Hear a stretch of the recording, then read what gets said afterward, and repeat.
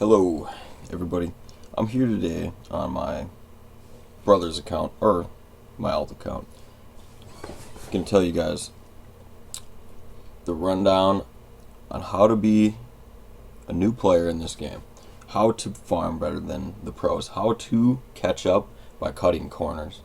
So, I want to do a quick rundown of the game. This is definitely for beginners. I just started this new account. Well, I picked it up again just recently after the patch, and I want to go over a few things. One, key units for early game players. Now, this is a really old account, very, very old. Back in the day, Reyna and Ramagos and Verd and Hua, those were really, really, really key units. And then speed was the meta. It was totally different. So all of these units, I would ignore them. They're irrelevant now. You're going to see old players tell you, you're going to see old videos tell you to build certain units like this. The times are different now. It's not, the meta's different, the dungeons are different. These videos are outdated, they're old. It's become a new meta, basically, for new players. Key units that you can't just go out and find easily would be Megan. Megan, if you summon this, you should lock this instantly. This unit is probably the only one that you have to summon early on. The only one you're really looking out for outside of fusion materials. As you notice, I have some started collecting them. But go out right away. Try to get a Bernard and a Shannon. These two units are going to be worked on instantly. The thing is about Bernard and Shannon, they're wind units. So there is a flow of this game now. It has been more balanced for early game players to climb through the flow of the game than it ever has been now. I've tested myself, I know for a fact. I'm 100% positive. It's so much nicer for newer players now. Another key unit you want to find is a Bella. Don't get trapped into like the Darien. I did the Amon dungeon on this, but look, I'm opting out of Amon. Why am I opting out of Amon? It needs late game runes in order for it to have the potential of like a 6-star Bella. Bella's going to be my first 6-star. Why? Because I'm 6-starring a whole Dragons team. I'm not going to 6-star Shannon. I'm going to opt out of that. I'm just going to opt out of that because I'm going to put my best runes on her temporarily so I can get through Giant Stage into Dragons faster. I'm going to be using Bernard, Shannon, Bella, and Megan. Oh, that's only 4 units. I'm going to opt into a fusion of Veramos Rush as fast as possible so I can use the Veramos lead. Now, the advantage of this composition that it has is when you look at this, you do not see a Dragons team, but I see a Dragons team. I see if you remove Shannon and you fuse a Beretta, and all of these units, your Bella, your Megan, your Bernard, and then your Veramos, if all of these units are 6-starred, and then your Beretta is 6-starred, you can do Dragons B10. All you need to do is get it unlocked, and all you need to do to unlock it is to revive through it. As you just seen my runes on some of my units, and you've seen what my account has, basically, for runes and monsters. I have no 6-stars yet. I have nothing that should be able to clear B10, but I have it cleared. Now, keep a mind out. Remember, I am only going for B10 right now. That is my target. That's what I'm shooting for. I'm not looking at anything else. So I didn't even do B1 Necropolis. I did go through this with rep units already, but I'm going to revive through B8 and B9 eventually with rep units as well. So I'm just planning to unlock B10 through reviving and rep units alone. You do not consider these relevant dungeons. B9, B8, B7, do not consider those relevant places to farm. If anything, you can go to like B9 and pull out like a Praha rep or whatever, and solo it once a day or twice a day if you have 2 of them. I happen to have 2 of them. And I don't do it twice a day. I only do it like once or twice a day I only have been doing it once a day, to be honest, but because it's so long, time consuming, but it's pretty energy efficient for newer players. For mana return, do not go in there thinking that you're going to get rune return, because the rune drop rate is so abysmal in B9. Every single time that you go down to B8, B7, B4, it is an exponential loss. Every single one of these has such a large multiplying scale of decreased chances of dropping. So when you're doing B10, you might say, oh, I'll just do B6 until I can do B10. You will do B6 tens of thousands of times before you get the same amount that you would get from Giant Speed 10. Now, you're going to think I'm crazy when I tell you this, but for an end game rune quality that you will keep forever, the chances of it dropping are so abysmal low in Giant Speed 10, it will never happen on Giant Speed 6. Well, it's possible.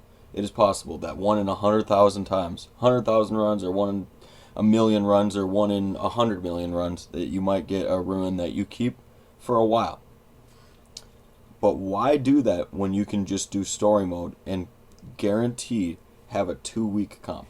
In 2 weeks, if you do story mode, they moved Swift runes to Mount White Ragoon. What I did is I opted Swift runes for everything. I would come in here with my Bernard and Shannon when I was leveling them up, and then they would level themselves up, level fodder for me, and collect potential 5-star runes from this boss. Now, times have changed, because prior, people would tell you, just do, whatever slot you needed. If you don't know, slot 1's only drop in 1, all the way to 6. So the slots are labeled here. This would be slot 6. But then you're like, oh, but there's a 7th one. 7th is random, and it gives you a higher potential gain. You can get 3 through 5 stars from here, and they can be up to blue quality instead of just green. So, highly recommend that you go to the peak, farm this out, because you are, initially, when you open up the game, you are farming for 5 Swift sets. You need one for your Veramos when you fuse one. You need one for Megan. You need one for Bella. You need one for Shannon. You need one for Bernard.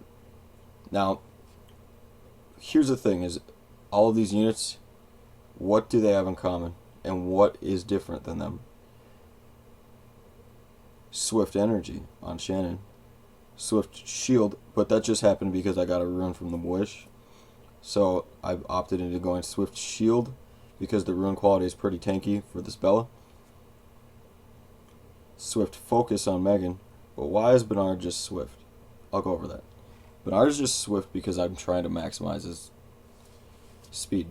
You want about 100 speed. One of the biggest failure reasons I've seen in Giant Speed 10 starter teams is that your Bernard isn't 100 speed. If you don't have speed, you can't give yourself turns. If you don't have more turns, you can't rotate your cooldowns off of cooldown in time to beat the boss. You need to be rotating your turns on the boss. That's why you bring a slow, and that's why you bring a speed buff.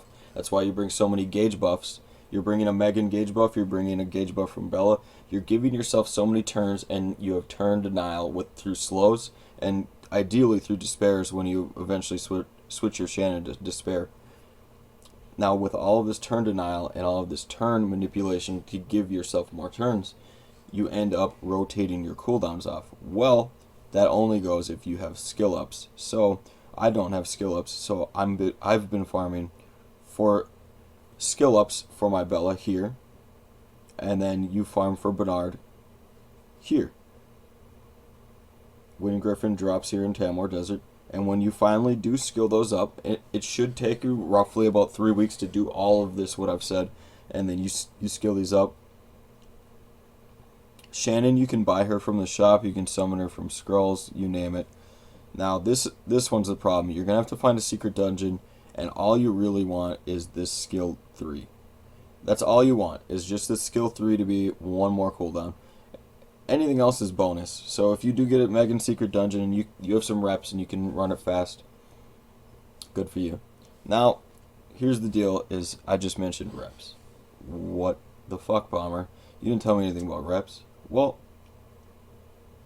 rep units are very essential in this game. This is a community-based game. That's what makes it so awesome, is you need to get in these channels. You need to start going over to some chats and talking to some people, making some friends, because if you don't, you're going to go over here and you're going to try to do hell mode, and you're not going to have reps and you won't be able to do it. I know I got lucky. My rep list is pretty, jacked. But you guys could have very similar reps. As long as you have a few that you can use, like for just a handful of people. Go and politely ask some people. Go ask some streams. Go ask some like YouTube channels. Like ask some people publicly, kindly, and you will receive positive responses. Like this is a very friendly community. People will help you out, even if you want a rep just for a day. You know. Then, when you get a rep, what do? How do I get through giants? What can I do to get through giants?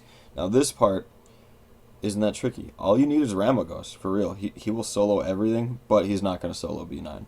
So when you get to B9, all you really need to do, like I'm pretty sure that this could solo it. Just a Theo, revive it a few times. Praha solos it, but the thing about Praha is you have to target the right tower so she doesn't proc the counterattack. She'll dispel the boss and turn the buffs to dots and then end up killing it. Camilla works really well.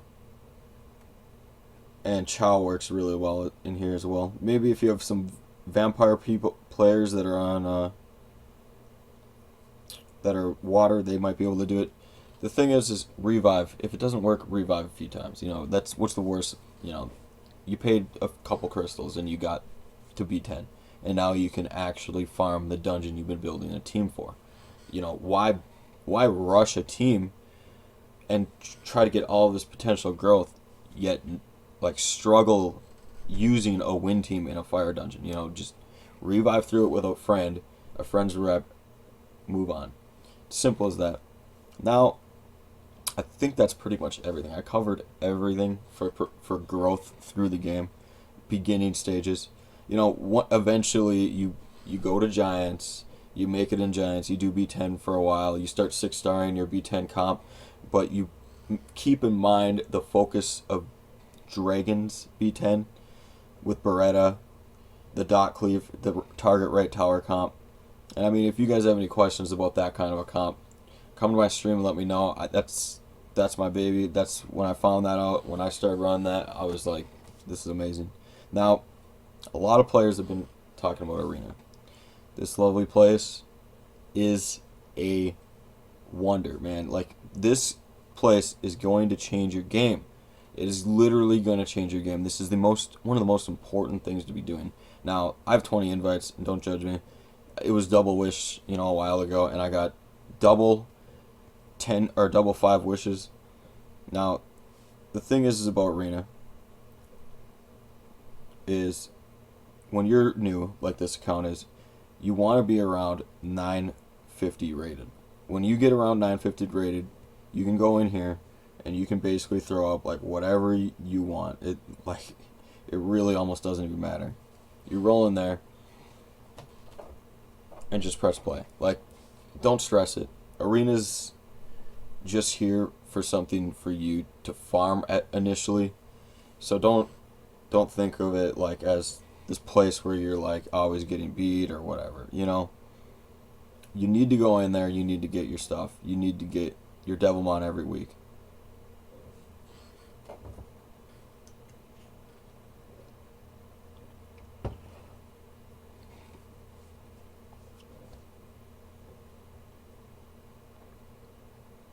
Rest in peace.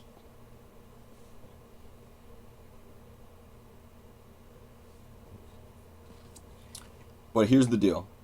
You go in there, autoplay, you lose. Big whoop. When you can't beat your lists, you refresh and you get lists like this. You come in here and just clear your invites.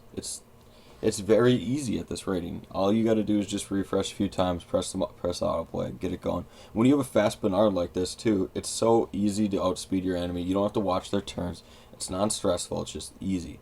Just throw Bernard in there, boom, done. Press play, move on, next guy. It's just like story mode. But the thing is you're going to get stressed out if you try to keep pushing higher. It's not going to be fun for you because you're losing. Just go and lose on purpose. For real. Like, the new players that are in this game, a lot of them are like, oh, I can't fight. Well, that's because these other players put a lot more time into you than you first. So you need to catch up a little bit. It is a catch-up game. So when you do push up, just go in there. And if I did push up to a point where I couldn't attack anymore, you just end up leaving. Go in here. First thing you do, hit the gear, quit match. It saves you some time. It's not a big deal. At low ratings, what does it matter? You're in here just to get some points. You're just in here to get some glory, and move on. Progress your account, grow. There's nothing wrong with that. So, for all the new guys out there, don't feel discouraged. It's very easy to get your glory.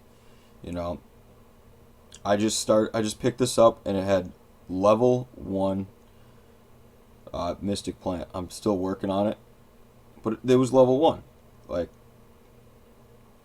it had more mana, it had everything. It was so much more built all around these instead of the energy regen, because it wasn't known back in those days that energy regen was so important. But make sure you get your Devilmon every single week, even if you're not going to use it. I recommend that you save them all.